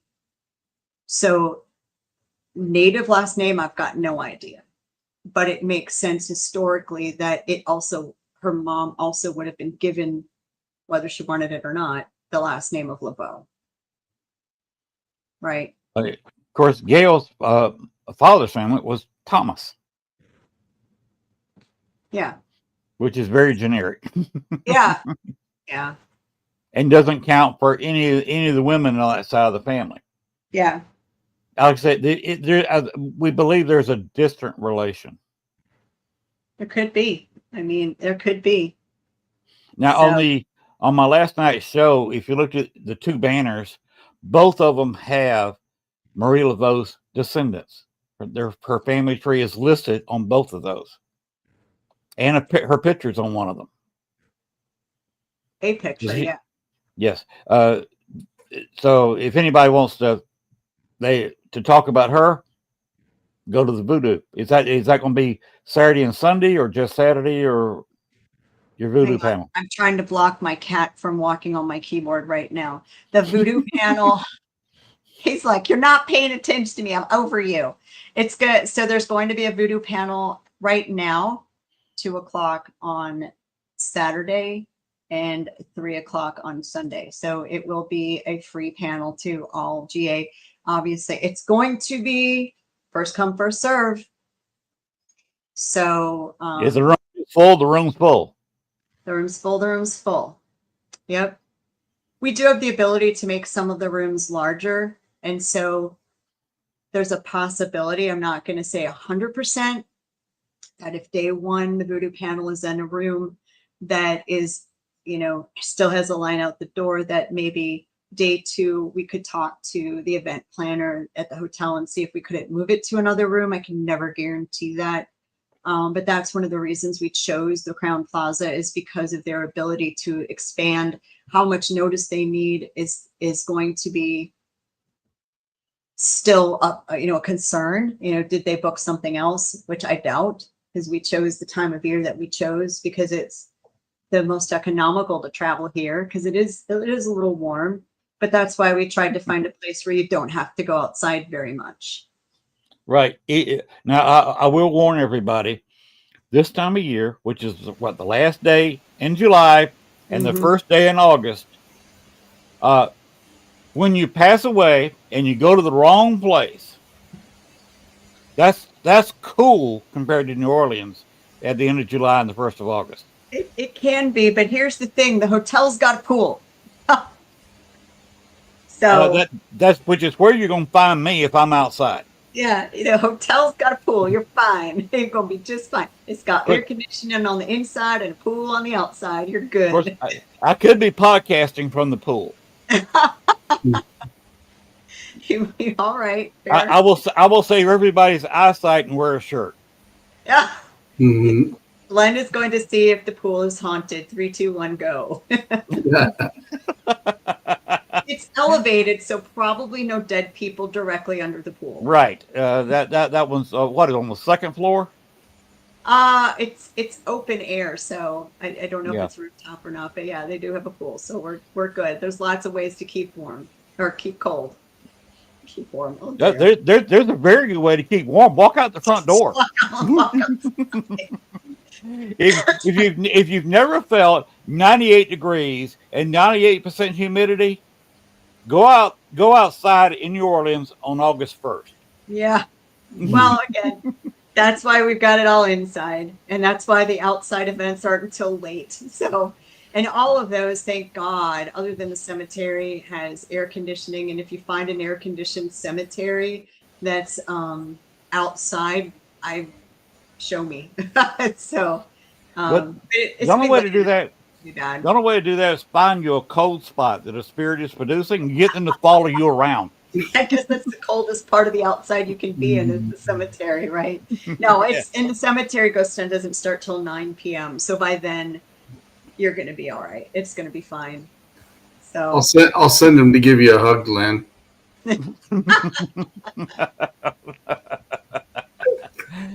Because I've been to New Orleans in the summertime, and it is it's awesome. Of course, it's great planning on your part. I know it's kind of an insider that's how you do it. Yeah. Because I was watching a video just last night on New Orleans, and say there's only a 2-month break between special events, and that's July and August. Yep. And you're having your special event right in the middle of this lull session. Right. So right. the traffic on Bourbon Street or on Canal Street should be a little bit less than what it normally would be, like now, because everybody's wanting to go to New Orleans in October.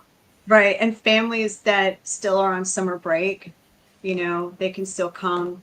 I will say that as far as children, the ghost hunts do have age restrictions. And so if you've got under 12 to call us, and we'll let you know if and what they can do. But as far as the classes and stuff, I would just say as long as they're able to have the inside or quiet voice during the classes and stuff, you know, and there's only one ticket price. We haven't broken it out. So, you know, if people are wondering about their kids, because we get kids on our tours, but we have an age restriction on ours, which we want to keep consistent with the age of reason. And I'd like to raise it, to be honest with you. Because I was a parent when kids under X8 free, boy, mine was that top age for about 2 years. So I'm just letting you know, we've all done it. But two, you never know what a spirit's going to say. I have no idea how many echo box sessions I've done over the years, because I was one of the first people in the United States to use it. Mm-hmm. And I've done unknown numbers of ghost box sessions. You never know what a spirit is going to say.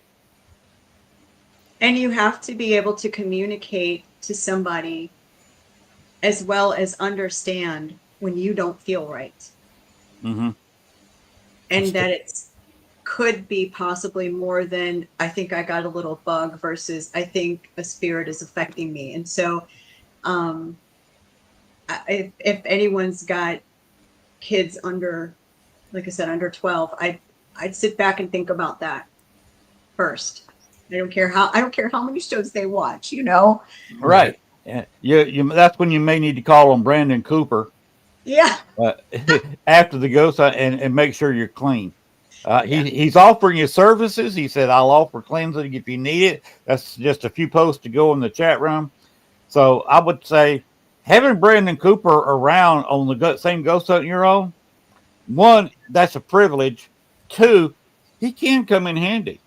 He can. Well, Father Ken and Father Bob can do their Same own story. We've got and then we've got the voodoo clearing, and then we've got a lot of clearing avenues covered there. So yeah, and we need it too, here. Yes, you do. It's a friendly place. It's a welcoming place, and it's. I will guarantee anybody coming to the city is going to have a good time. Yeah. And anybody coming to this Paracon is going to have a good time. You got some great people there. You got some great locations they can go to. Yeah. But you might need a little bit of caution mixed in with your good times. Oh, just a little protection to make sure. It's it's always good to clear yourself off after an investigation. So that's something that maybe as we go through this, it's going to be the squeaky wheel to remind people that that's an important part of this, right? Have to keep yourself clear, cleansed, safe, protected, all the things. Y'all got oh, Brandon. We just have people. Now we do have some an amazing we have amazing resources here. We really do. We're very lucky. A lot of people don't have that. And that's another part of this is, where do I get my resources from? If I don't have them in my hometown, where can I get them? Right. And so that's another thing that we want to help people find and make connections with things like that. So hi. Hello, Chris. Sean. Yes, sir. Have you got something you would either want to ask or talk about or do? Well, I think Jennifer's covered some pretty good stuff. Make sure you come grounded to things like this, and make sure you cleanse yourself when you leave, because I've experienced things like that, and I've had to cleanse my own team and etc. when I've left. And like I said, come grounded. Maybe take salt bath, salt shower, something like that, or even afterward. Just cleanse yourself. It does help a lot. And I will suggest that, and I know there's probably some locals that'll disagree with me, but I've seen this happen more often than not. Don't burn just sage. Oh, yeah, most definitely. Because here, it tends to just make the spirits mad. It does not, for the spirits here, I want to be very specific. Things work differently in different places, different spirits. Here, Palo Santo, frankincense, copal, Florida water, camphor.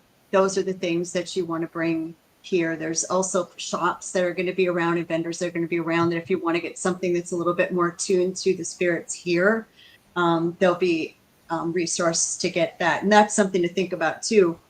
What works where you live doesn't necessarily work somewhere else. That's Right. exactly right.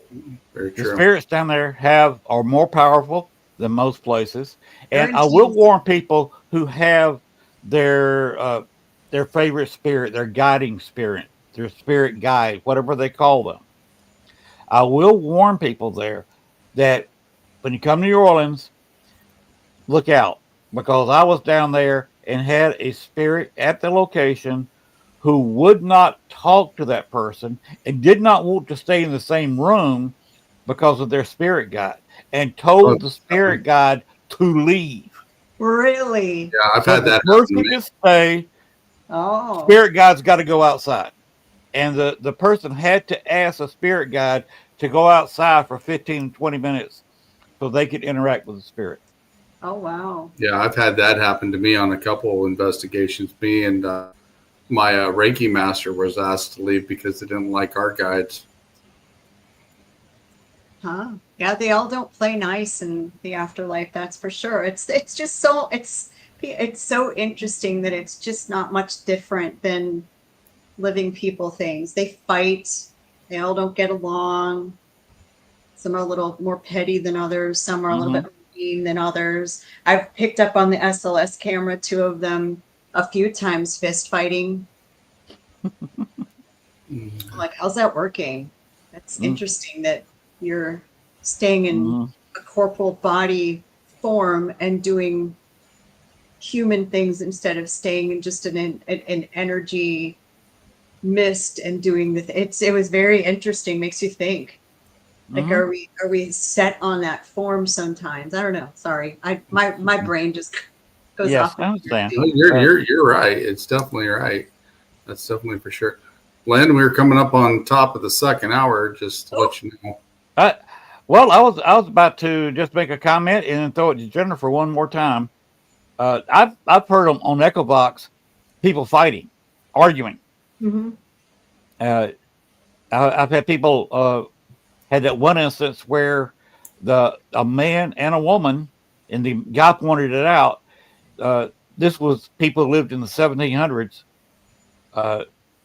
pointing out, laughing at the woman I was with, half, because the word wig wasn't invented in 1700. So they were laughing at her wig. So some of them get petty.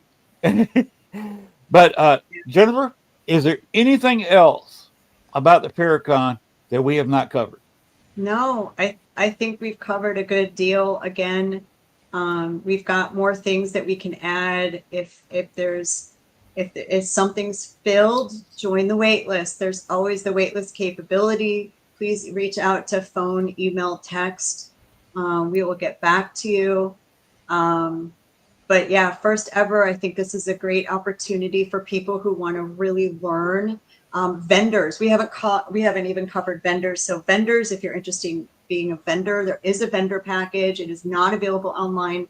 We do take applications because we don't want 12 of the same things, and that's the only reason. But if you're interested in being a vendor, there's a vendor request form. Fill that out, send it to me. You do have a vendor package that includes your hotel room, your table, admission, the VIP meet and greet, all that stuff. You can add on 2 more people for extra charge if you want 4 of you in a room. And those 2 other people can go to the VIP meet and greet for an extra charge. So vendors, we're looking for them. Reach out, local, not local. If you think you're a fit, come on. Haunted objects, equipment, unique stuff. Come on. We'd love to have you for sure.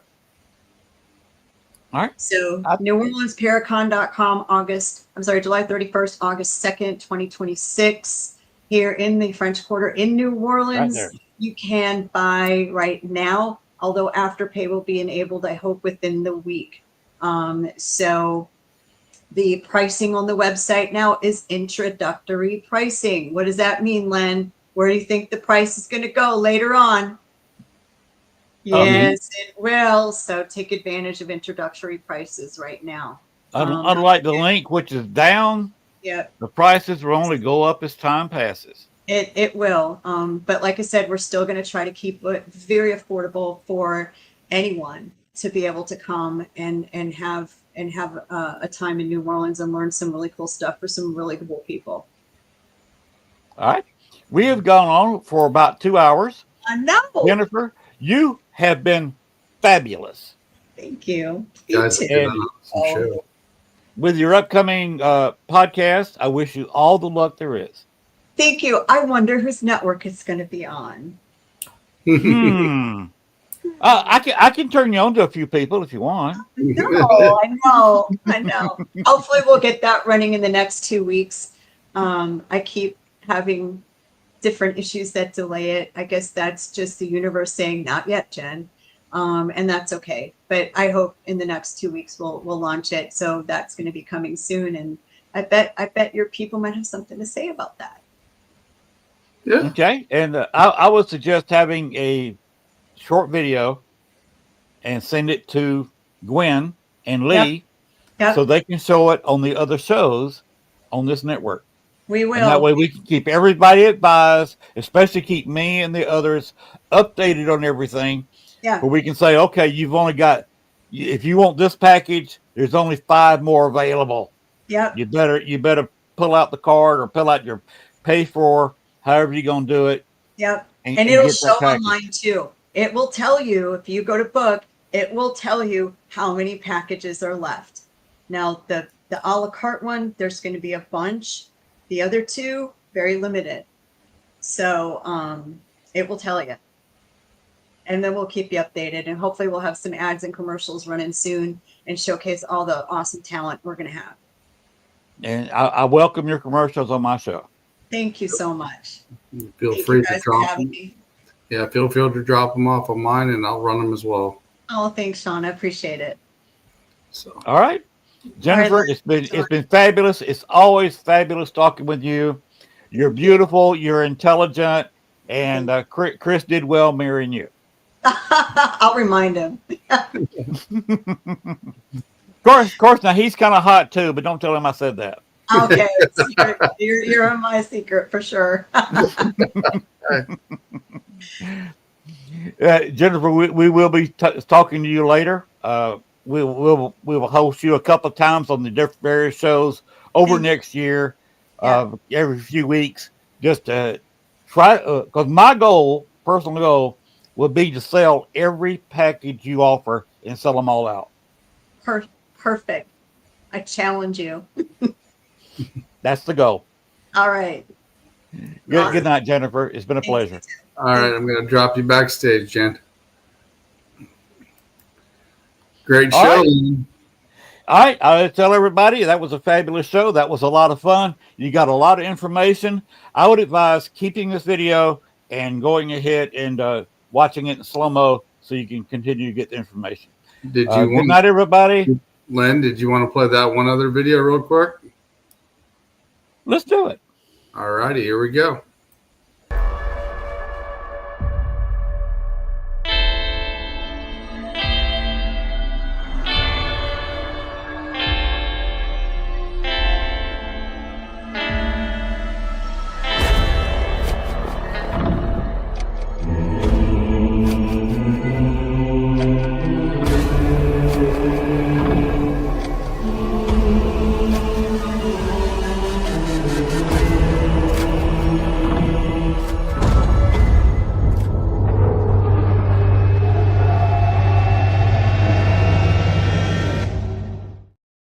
All right.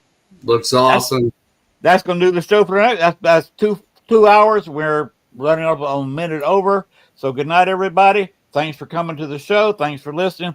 Thanks to everybody on YouTube, Facebook, and All Access Network TV. Thank you very much, Lee and Gwen, for allowing me to host my show and have put up with all my BS. Just remember, the paranormal never sleeps, and that goes doubly when you're in New Orleans.